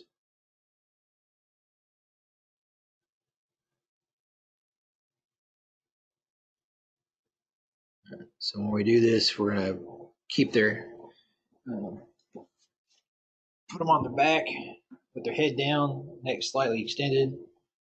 If we have to, again, like I said, we're going to suction their mouth first, then the nose, either with a bulb syringe or with a 8 or 10 French catheter. Most OB kits will have that bulb syringe in it.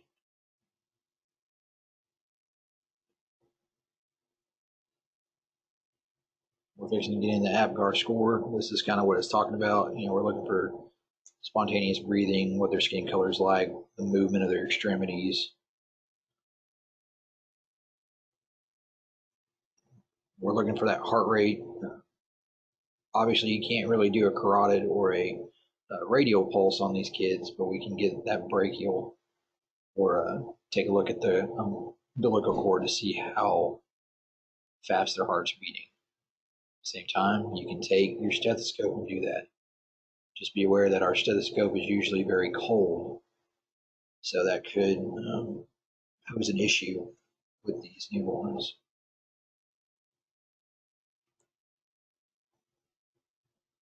So there's a little bit for what you can look at. You know, if it's more than 100 beats a minute, keep them warm. Just assess, nothing too much. If their heart rate's between 60 and 100, that's when we're kind of going to do, you know, BVM, additional oxygen. Do that for about 30 seconds, and if it's not improved or they're less than 60 beats, that's when we're going to do chest compressions. At this point, we need ALS. If you're encountering any kind of problem with a delivery, and it's going to be a problem with the newborn, you always want to have additional support.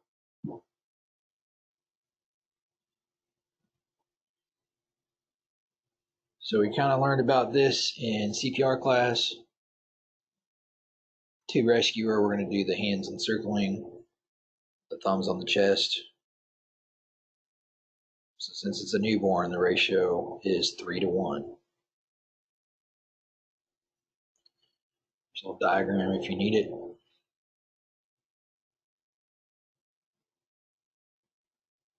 Again, meconium is that fecal matter. If we see that in the fluid, then we obviously need to go ahead and suction very quickly. That way they don't aspirate it. All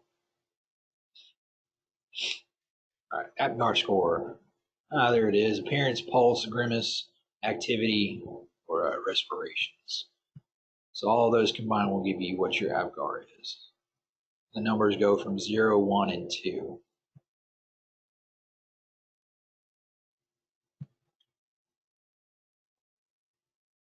So 1 minute and then 5 minutes.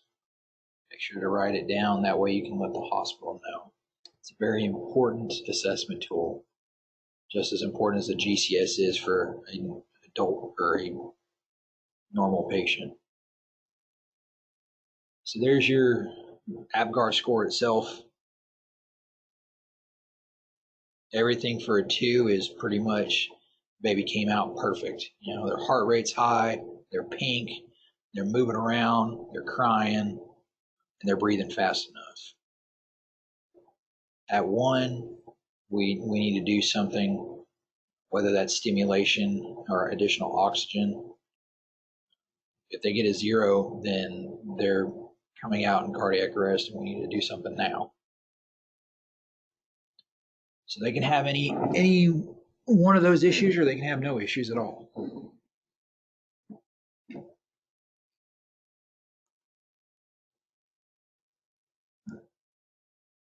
So like I said, calculate the APGAR score at 1 minute. Stimulate them if you need to. If they're not breathing well, then you're going to check their pulse.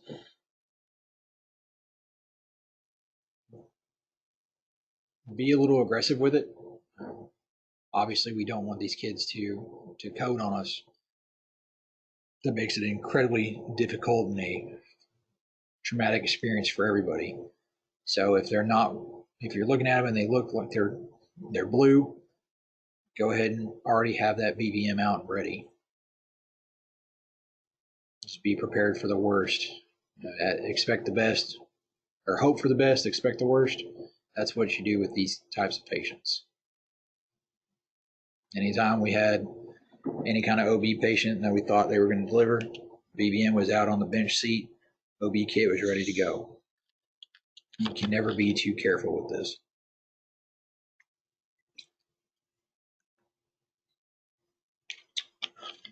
That being said, remember that you now have 2 patients. If that newborn needs resuscitation, you're going to need another truck for the mom. It's not a fun situation, but we can't manage both of them at the same time. Again, if they're not responding to that BVM or their heart rate's not coming up, start CPR and get to the hospital as quick as you can. All right, so we're going to talk about a couple different emergency deliveries. So breech, most normal people are born head first. There are some of us that end up coming out butt first, or with legs sticking out. For this one, breech is where they come out butt first.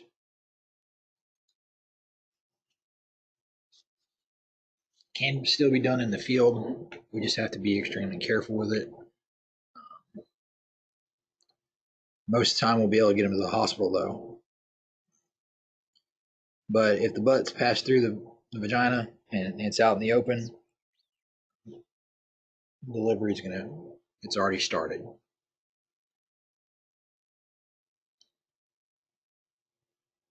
So same kind of delivery mentality. It just kind of happens in the opposite direction. More often than not, the head is face down. With that, you may need to go ahead and this will be like the one time you insert your hands into the vagina. You'll make a V. That way you can keep the vaginal walls from compressing their airway.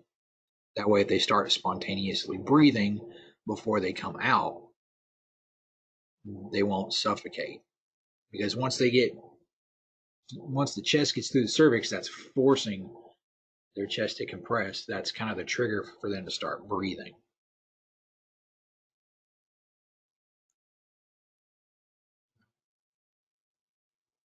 Sometimes we do have limb presentation, whether it's an arm, leg, or just a foot. With this, we need to transport them to the hospital. We cannot do anything for this. Cover it up with a towel. Do not yank on it. Do not try and push it back in. These are immediate transports. So prolapse is when the cord is pushed out first. These guys got to be transported to the hospital ASAP. Don't stick it back in. Go ahead and put a moist, sterile dressing on it because we don't want it to dry out. If we can, we put our hand in there and push the head away. That way it doesn't compress down on that cord. And then you transport in that position.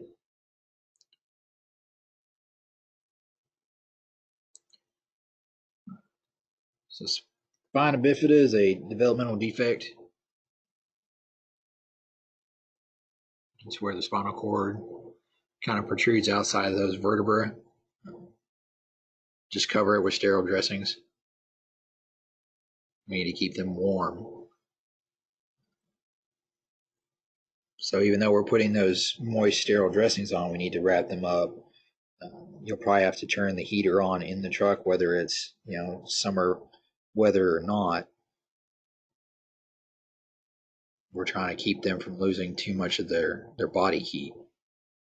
At the same time, this poses a higher risk for infection. It's the main reason why we're going to cover this up. That way they don't have any of that bacteria.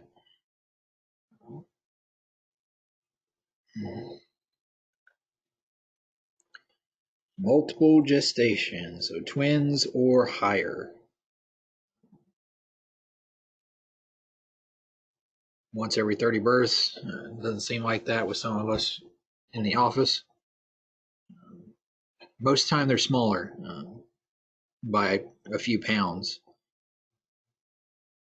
Delivery usually is not the same, or not out of the ordinary. It'll be about the same. It's just one after the other. Roughly 10 minutes later.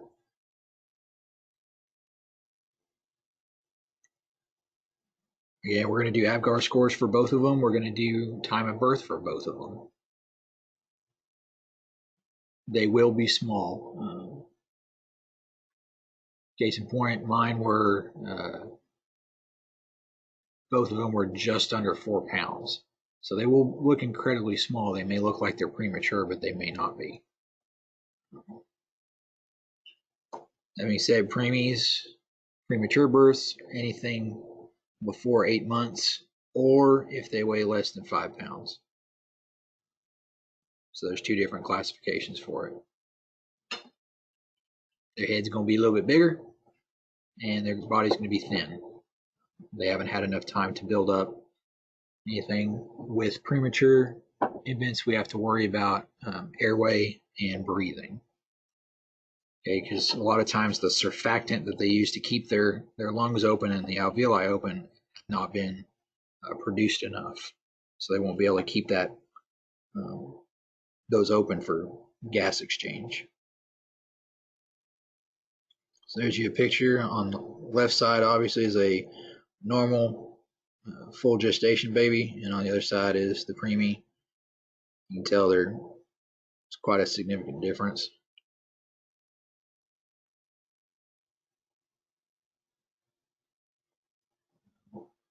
Post-term, sometimes it can last longer than a regular gestation. These kids end up being big, possibly 10 pounds or more. Things we have to worry about with this are with labor. Labor is a little bit more traumatic. They have a tendency to tear when they deliver these larger babies. There's an increased chance of injury because that fetus is so large. That being said, it's far more stressful, so that risk of meconium staining or meconium aspiration is higher. And there's also a potential for them to be stillborn.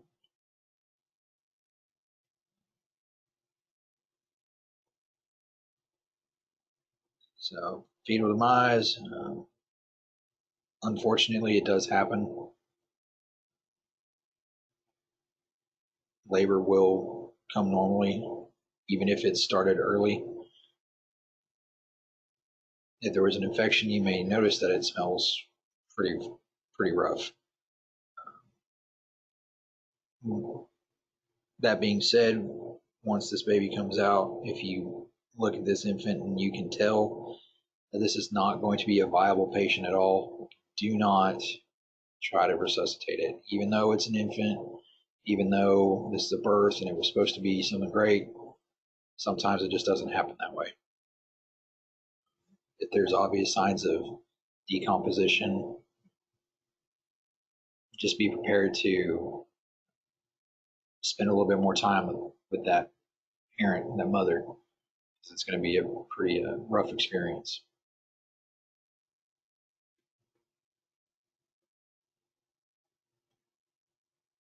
So let's say something happens and you don't have supplies. Let's say you've already delivered 3 babies this shift and you don't have anything else. Carry it out just as if you did have those sterile supplies. Use sheets and towels that were just cleaned. Do what you can with what you got. We can't necessarily suction, so wipe the inside of their mouth. We're not going to cut the umbilical cord, but once it's delivered, we're going to wrap it in a towel. We want to keep them at the same level. That way, the blood flows appropriately. And then we're going to keep them both warm.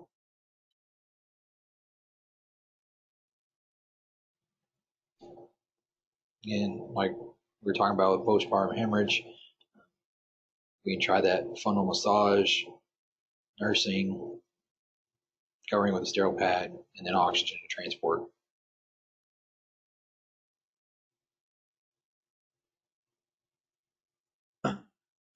They do run, females tend to run a risk of PEs after postpartum.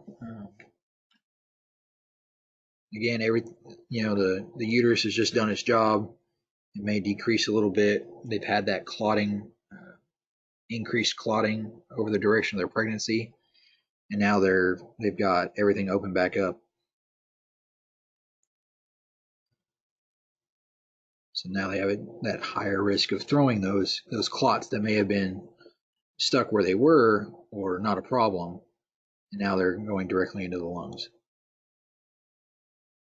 So just anytime a female delivers and then all of a sudden says, I can't breathe, or looks like they're breathing 40 times a minute, be prepared that may be what's causing the problem. Ooh, man, that was longer than I expected. All right. So the first stage of labor ends when what?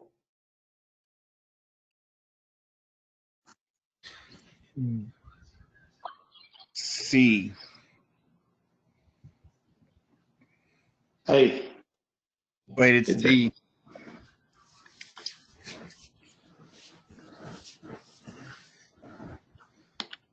Hey, C or D? B.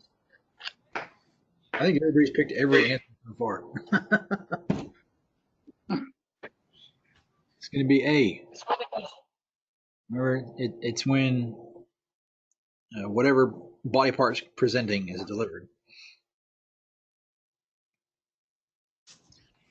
So that's where crowning is. That's where the first stage ends, because the next stage is where the contractions start pushing everything out.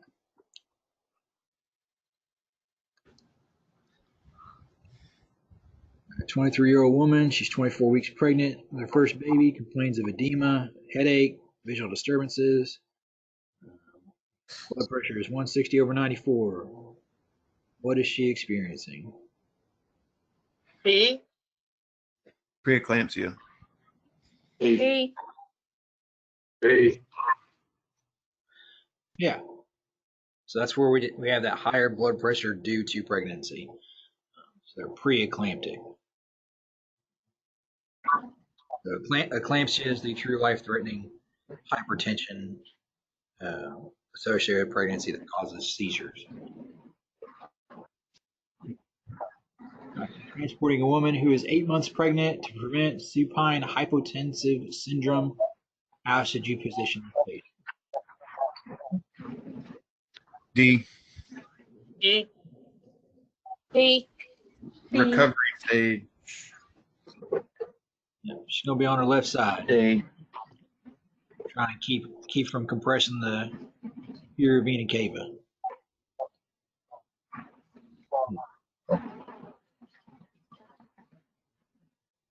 Once we deliver that infant's head, what should we do next? Suction the nose and mouth. A.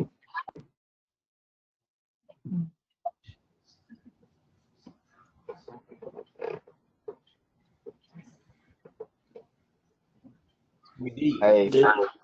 Whoa. Yeah, I kind of threw you off there. Remember, we got to make sure Hey. a nuclear cord. If they have a nuclear cord, then they're obviously not going to be able to breathe anyway. You got to unwrap that from their neck. Now, if there's nothing there, then yes, we would suction their mouth and nose. Rules are sneaky.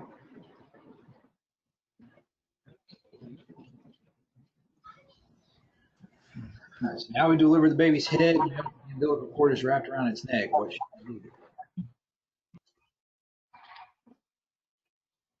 D.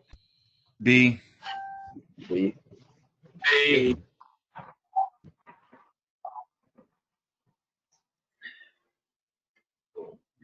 So it's going to be B.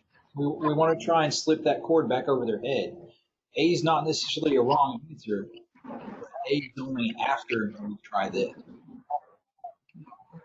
We can't get it over their head, then that's when we cut the cord.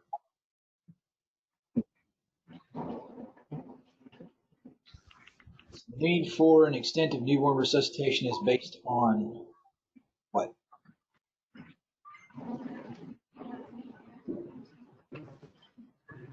D. D. D. D. D. Yeah. We want to know if they're breathing well enough. We want to know what their heart rate is and what their skin color is. So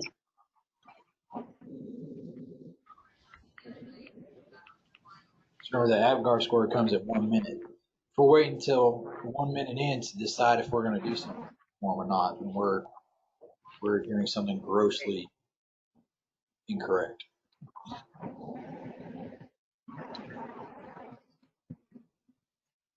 So 1 minute AVGAR score where newborn reveals that the baby has a heart rate of 90, pink body but blue hand, and rapid respiration.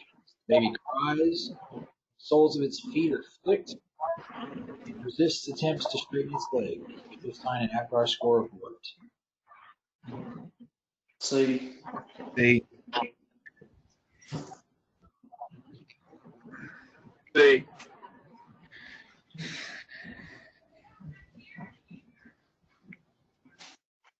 We see.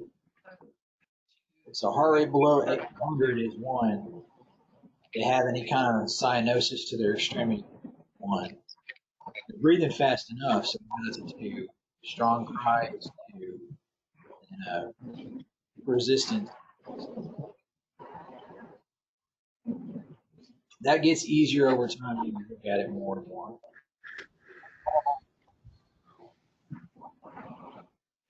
Realistically, it won't be something that you memorize just like GCS, but you'll be able to ballpark it pretty good after a while. Most effective way to prevent cardiopulmonary arrest in a newborn is to what?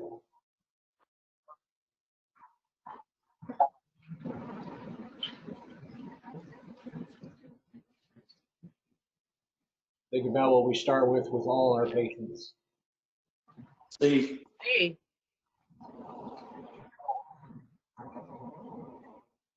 Yeah, C. C. Yeah.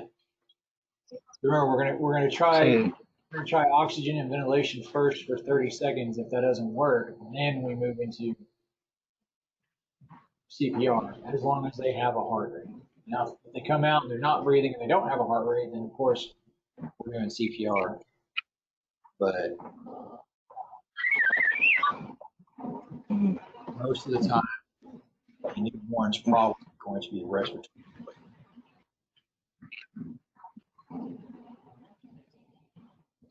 So, assisting a woman in labor, you visualize her vaginal area and see an arm protruding from her vagina. It tells you that she feels the urge to push. What?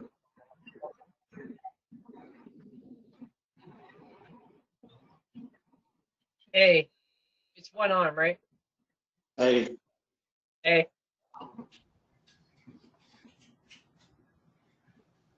A. Again, Yeah, leave it alone. delivering these packs. There's no way we will be able to safely do this in the field. We just need to cover it with a sterile towel and get them as quickly to the hospital as we can. So newborns considered term if it's before born after however many weeks and before however many weeks.